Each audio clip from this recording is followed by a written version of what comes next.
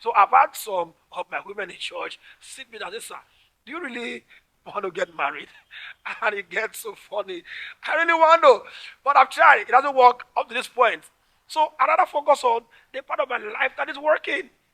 And I'm too engrossed in my purpose. So they think I'm not concerned. I am concerned. I really want to get married, but I try to focus on my purpose and not on the thorn.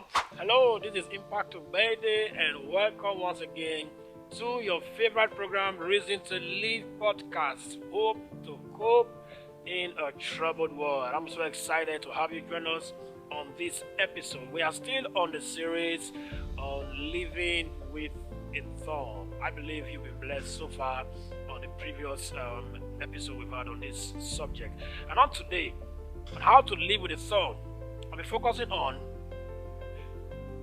focus on your purpose and not on the thorn. To live with a thorn, focus on your purpose and not on the thorn or on the pain. Now, everybody has got a purpose to live for. Everybody, you were created for definite, specific purpose on earth. And when you discover purpose, you will find out that the thorn was just a distraction. When you discover purpose, you find out that that thorn you are currently managing actually is a distraction.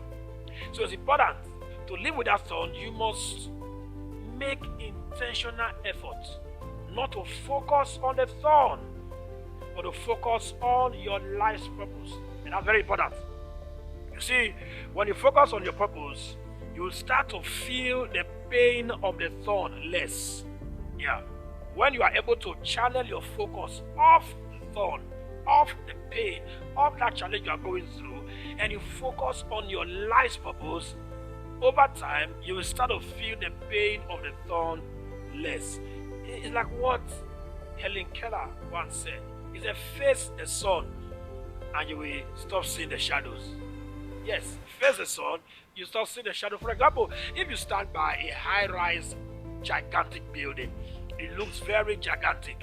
But then when you board a plane and begin to ascend higher, the higher you go, the smaller that gigantic, massive building becomes. And there's a point you get to in the sky, you stop seeing the building. The once gigantic, massive building, as you go higher, becomes like a speck of dust. You see, there's so much power in focus. So much power in focus. As a matter of fact, what you focus on controls your life. Yeah. Whatever you focus on controls your life. Focused people are very powerful people. Focused people are very powerful people. I remember in my school days, when we were doing a project, I did mechanical engineering in school, and I had a friend. His own project group, they were asked to design the mechanism. When we were done, the mechanism was able to focus the light of the sun. And it became so hot and intense to the point that they were able to use that light of the sun, the same sun we all go through, and we're not burnt. They focused the light of the sun and they used that sun to cook beans. Now, it sounds funny, but it's true. It was a mechanical device they created that helped to just focus and channel the sun rays. And as soon as they were able to focus it, it became so powerful that it was used to cook beans. So you see, focused people are very powerful people. So what you focus on, once you focus on your pain and remove your attention from the thorn, you realize that you begin to feel the hurt and the pain of the thorn less.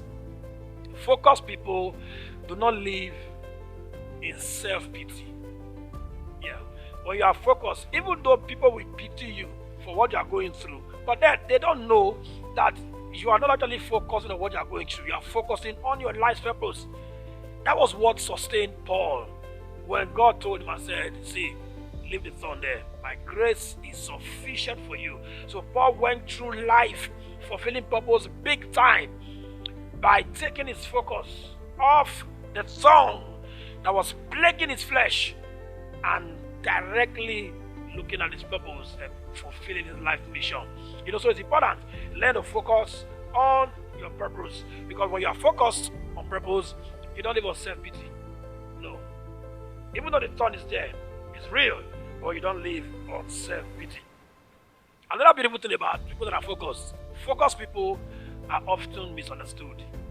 Yeah, it will get a point where people around you, when you become focused on your purpose and not on the pain or the thorn, people will think you are not concerned about what you're going through. Now, I've been there.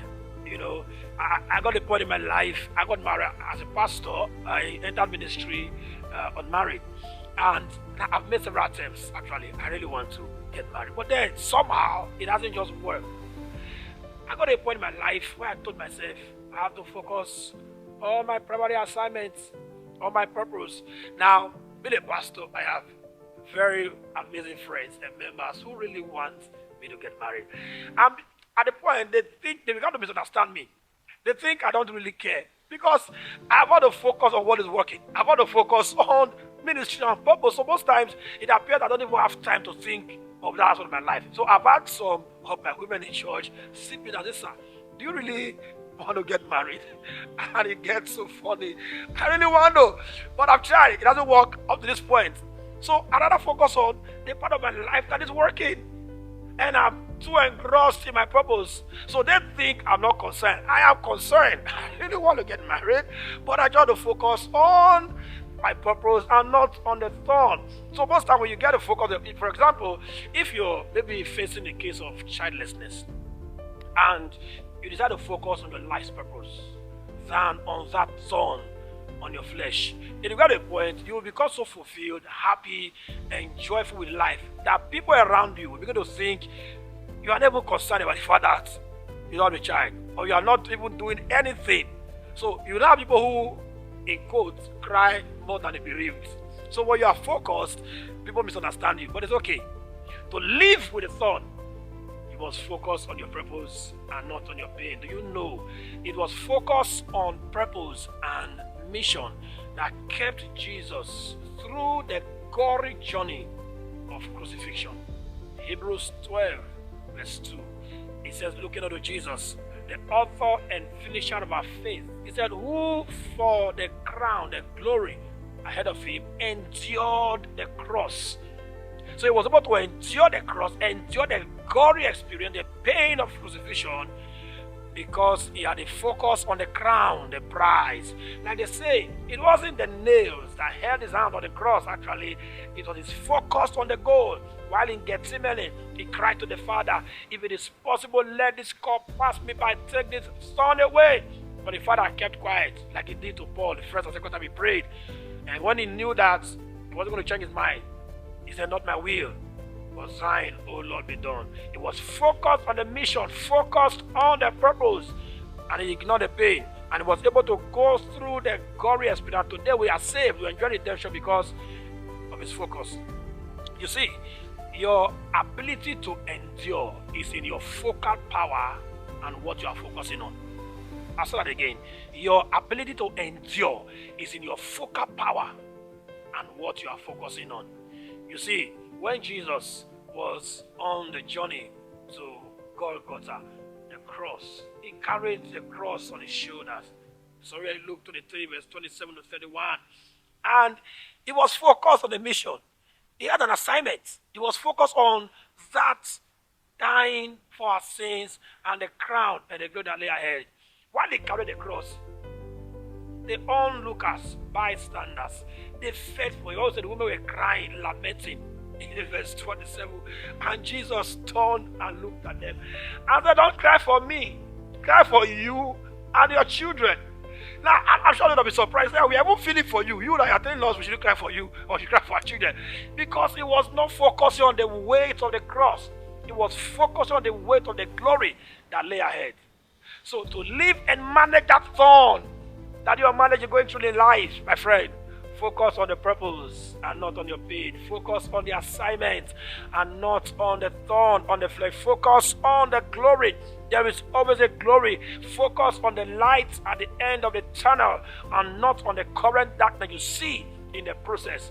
When you channel your focus on purpose, you will find out first that the thorn is a distraction. You will find out and realize that the pain, the hurt of the thorn is now felt less because you have removed focus from that thorn. Wow. I hope you've learned a thing or two to help you cope and manage with that thorn that you are going through, experiencing. Whatever it is it childlessness, is it joblessness, is it singleness, even at old age, is it sickness, whatever it is, take your eyes off it and focus on yourself and find purpose. Purpose is pleasurable. Nothing is as pleasurable as purpose. And when you focus on your purpose, the pleasure of fulfilling purpose will override the pain of that thorn on your flesh. And you will find out over time that the thorn, naturally, if it is God's will that the thorn leaves over time, it will leave. But even if it remains there, your focus on your purpose will give you the necessary strength and impetus to live with that thorn and not feel the pain and not allow the pain of the thorn restrict you, limit you from fulfilling your life's purpose. I believe this episode has inspired you and has blessed you.